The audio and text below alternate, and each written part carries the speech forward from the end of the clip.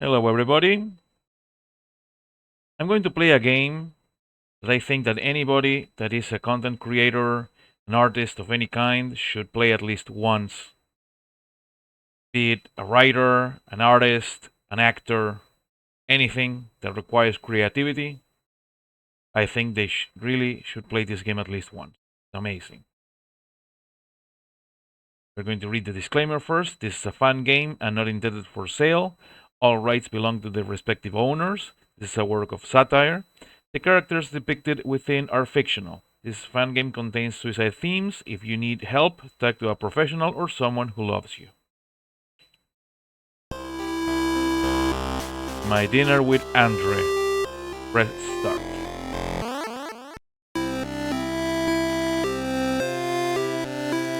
The life of an indie developer is tough.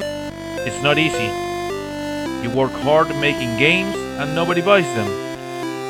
You take up other lines of work to try and make a living.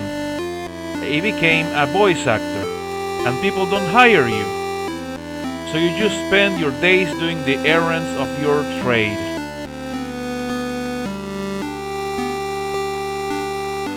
I had been trapped by an odd series of circumstances into agreeing to have dinner with a man I've been avoiding for years. His name was André Gregory. At one time, he had been a very close friend of mine, as well as my most valued colleague in game dev. In fact, he was the man who had first discovered me and put in a good word to some publisher friends of his. That act of generosity later led to my first ever release. When I had known André, he had been at the height of his career working for one of the largest developers in America.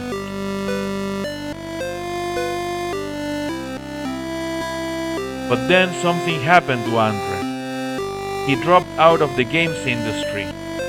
He sort of disappeared. All his family seemed only to know that he had been traveling in some place like Tibet, or you would hear at parties that he talked to trees or something like that. Obviously something terrible had happened to André. Like he'd wandered lost into a decrepit alleyway hanging around tin bins with lit fires in them, in the company of burned out inventors and the homeless, probably eating old shoes just to survive. The whole idea of meeting him made me nervous. I had problems of my own. I mean, I couldn't help André. I was supposed to be a doctor, or what? Wally, it's been years! I hope the gilded truffle isn't too modish for you. Well, you look terrific. Well, I feel terrible.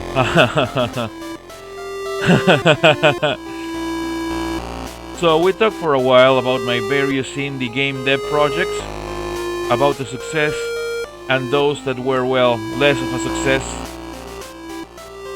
We talked about my contributions to various games as voice actor, and about my girlfriend Debbie, about his wife Chiquita, and his two children, Nicholas and Marina. Finally, I got around to asking him what he'd been up to in the last few years. Well, I had been working on the latest installment of World of Craftcraft a few years ago. The office culture had been going downhill at Wizard Entertainment for some time now, and it had begun leaving a sour taste in my mouth, to say the least. Tell me more. Tell me more. The whole place had turned into a fraternity where sexual harassment towards the female staff was commonplace. I think Rock Bottom did a piece on it, actually. It wasn't just happening, Wally, it was actively promoted there. Some of the women were getting harassed on a daily basis. There was unequal pay, declined promotions on the basis that they may get pregnant, even retaliation for anyone that dared to do something about it and make a positive change. Tell me more. One of the women committed suicide while on a company trip with a male supervisor, Wally. There were nude photos of her circulating during a company holiday, and she just broke. Reports started surfacing that many of the higher-ups knew about the accusations and did nothing about them. We staged a walkout in protest with a clear demand: fire the CEO of Wizard Blobby Cockkick. All that Wizard could muster was to try and settle the matters with an $18 million payout. Tell me more. That suicide was the end of it for me, the match in the powder barrel. That poor woman. I had to get out of there, so I resigned from Wizard and have stayed away from game dev ever since. Tell me more. Well, I left the country, went to India and spent some time moving my neck around like a well-cooked piece of asparagus. Then headed to Australia for some R&R and saw a few puddings. Hi, you know the water in the toilets there spin the other way? I read about the Coriolis effect in Reading Digest, yes. Ah, of course. Eventually, it got to the point where I needed to express myself once more, and so I decided to come back home. Tell me more. Well, now I've been asking myself what form my desire to create will take. I love to return to making games.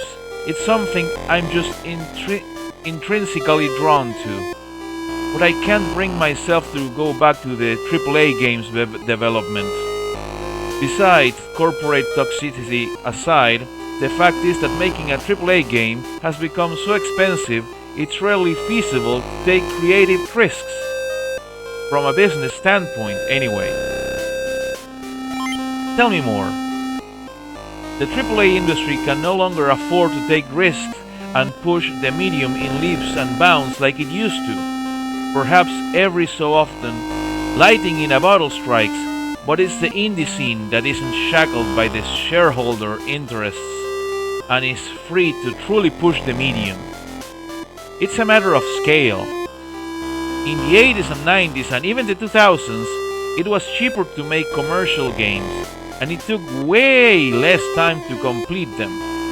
You could make a half-baked platformer or shamelessly clone the latest commercial hit, slap on some Krusty Burger sponsored art asset, and get this restaurant chain to pay for much of the dev costs in return for reducing the game down to a virtual advertisement.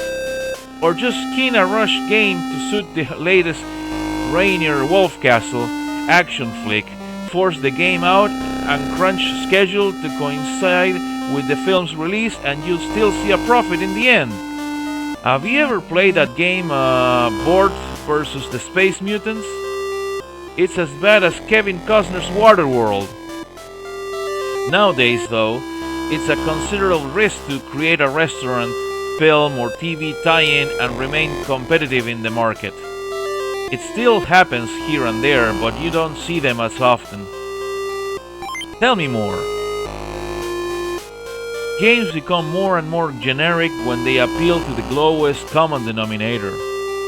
And that's more or less the end result when the wildest possible net need to be cast in order to make significant profit at those large scales of development. And by the way, many of the devs are still forced to crunch in order to meet deadlines despite huge dev timelines thanks to lousy management.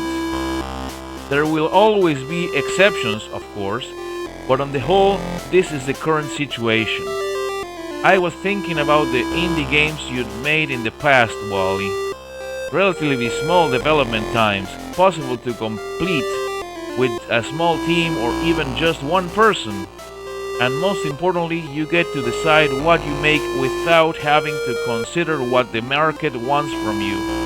or what a committee of higher-ups deem to be the most lucrative course of action for that matter. Tell me more. Sure, I know what you're thinking. You make retro games.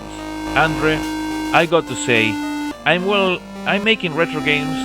Yes, literally retro, not retro style, but Game Boy games that run on Game Boys. It's an avenue of games development that is pretty up there in terms of niche markets. Sometimes I feel like my games have no relevance. But here is the thing, Wally. It will be relevant to someone out there. If you're doing your best to express yourself truthfully. Wally, I don't want to make products anymore. I don't want to make games that are designed by committee. I want to make games that are an expression of me. Like what you've been doing. But André, there is rarely any money in it. I had to take up voice acting to make ends meet. And you go through cycles of depression and anxiety and back to the elation when you finish something. The cycle just repeats. It doesn't matter what artistic medium you choose as well. In fact, I was just thinking of throwing in the towel. Get a 40-hour-a-week job, get some financial security, and just move on. No, Wally, keep at it. It's that space where true artistic vitality lives. It's in that space where true artistic vitality lives. Screw the money. I mean, of course you have to do what you can to pay the bills, but outside the needs of survival and whatever you can muster to live somewhat comfortably, unthreaded self-expression and self-exploration is the reward in itself. Not the money, not the social media likes or the follows or the sales numbers or whether you read about your work on betterthan.com. Yes, there is an inevitable roller coaster with its ups and downs, but would you really have it any other way? And you're right, it doesn't matter if you're a painter or a writer, a coder, a filmmaker or a games designer, or even if you're just putting a barbecue pit together. We artists can only just continue creating, honing our craft, and hope that our work connects with someone and enriches their lives in some way. So, what are you proposing here, André? Let's go into partnership, Wally. Let's make a game together, speak from our hearts, take a risk or two, and see where the wind takes us. What do you say? Alright, André, why not? Let's do it. Fantastic! Hey, André. Yes, Wally? We've been waiting a long time for this waiter. Oh yeah. Want to get a burger? Certainly. The Gillet truffle sucks anyway. Don't know what I was thinking.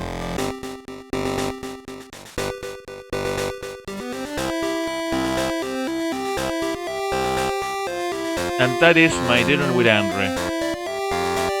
This is a game that you can play for free right now. You can download it on itch.com. Just look for it by typing My Dinner with André on the search bar on that website and you'll find it. Truly the message is amazing. And it's true. If you're creative, don't do it for the money. Do it because you love it. And you want to connect with people and you want to explore yourself.